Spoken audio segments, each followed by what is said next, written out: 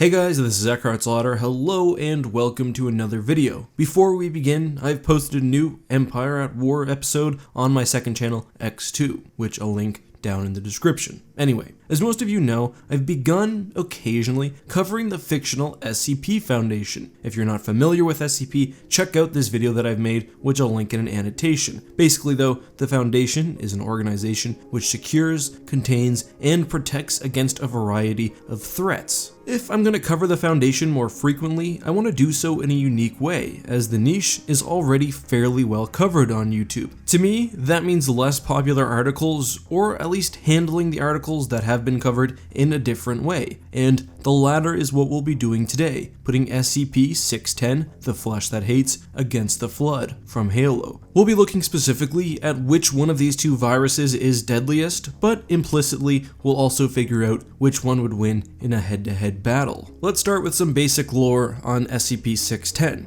610 is a virulent disease. It first manifests as a rash, but within 3 hours spreads across the entire body, signaling imminent death. Notably, infections can progress much quicker in different conditions, especially in the presence of heat. After death, the disease continues to progress, taking physical control of the host and mutating their body, producing large, random growths, along with extra limbs, and often a maw with powerful mandibles. After this point, some become immobile, like a planted tree with roots snaking into the ground, spreading 610. However, on other occasions, the infected, mutilated corpse instead aggressively attempts to spread the infection, usually through direct contact with humans or animals. The disease can spread so quickly that any SCP employee found within touching distance of an infected 610 victim will be immediately eliminated, i.e. killed. And both humans or animals can be infected with ease. If there are no nearby targets, mobile SCP-610s will instead form a loose society, where the infected can communicate with each other. Their main goal seems to be the further propagation of the disease. SCP-610 infection sites rise quickly in temperature through the use of mutilated humans or animals joined together as heat lamps. This almost tropical environment facilitates much faster disease progression. This is a form of large-scale terraforming, and healthy beings entering an area are at risk for viral infection and very quick disease onset, followed by full transformation in minutes without protective measures like environmental suits. Much like the Flood, SCP-610 appears to engage in biomass collection, grouping corpses and infected beings in various stages of disease progression in a single spot, another method of terraforming as the environment is slowly changed. With sufficient biomass, 610 will also manifest as powerful creatures, which do seem to scale in power depending on the total degree of disease propagation and the available biomatter. Both infected humans and animals can attack and kill through the use of their mutilated bodies, which appear to become more dangerous as the disease progresses. Infected forms can apparently be summoned or spawned within areas where the infection is sufficiently present, like underground tunnels filled with 610 in liquid form. This seems to be pretty similar to the Flood pure form, which can manifest without an actual host. Full containment of a 610 infection is extraordinarily difficult. However, the Foundation has been satisfied with simply preventing access to the area and destroying any infected with fire and small arms weapons. That being said, there is also evidence that the disease is slowly compromising the air, and that 610 can actively create tunnels underground, which of course facilitates speedy and covert movement. That being said, it does seem like the disease spread, even airborne disease spread, is generally limited to areas where the specimens can physically reach and begin terraforming or attacking. However, 610 can also retreat within the ground using sinkholes as a method to safely spread the disease, basically collecting lots of biomatter in the sinkhole and shooting it into the air. Other methods of transport appear to be through the water or through flying infected birds. So it seems to me like early 610 infections basically focus on infecting persons and compromising the environment, resulting in temperature increases, general terraforming, and the presence of liquefied 610. The virus in liquid form often forms in pools and rivers, and seems to be capable of summoning entities. This suggests to me, especially when considering some of 610's other behavior, that the virus has a form of greater sentience. Now, a brief out-of-universe note, other SCPs have intended to connect their works with 610, particularly the Church of the Broken God and the Sarkics conflicts. However, nothing in the 610 page embraces that connection, which makes sense as it came before and is no longer being edited. Ultimately, the connection, even if accepted, affects mostly the disease origin rather than its feats, so it's not important for this video.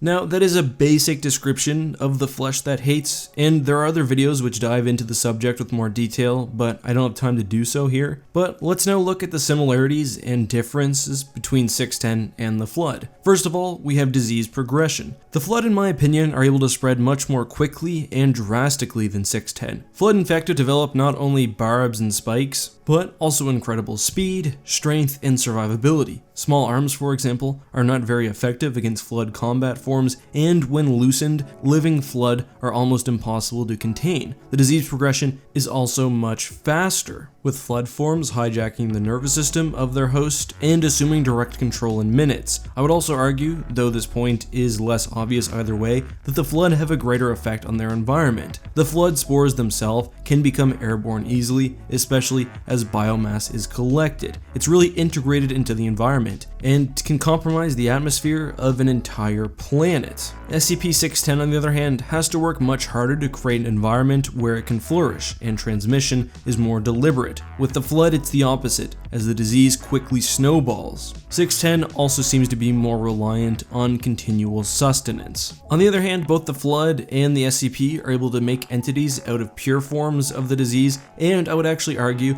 that 610 has shown a better capacity to take control of small mammals or birds, which of course have their own advantages. However, notwithstanding that last bit, one of the reasons the Flood spreads so quickly is because of their fast developing group consciousness. 610 clearly has some form of group mind, as it can react to threats, summon entities, and generally guides the behavior of the infected. However, beings seem to have more of a mind of their own. They act ritualistically, they have a less invasive group consciousness, and perhaps rely more on instinctual behavior. There's also no evidence that SCP-610 becomes more intelligent as it consumes being. However, that's one of the Flood's greatest aspects, as they can easily create supercomputers of flesh, not only with incredible processing speed and intelligence, and I use those terms loosely, but also using the secrets of those they have consumed. As a Flood infection progresses, the central mind is first able to take control of combat forms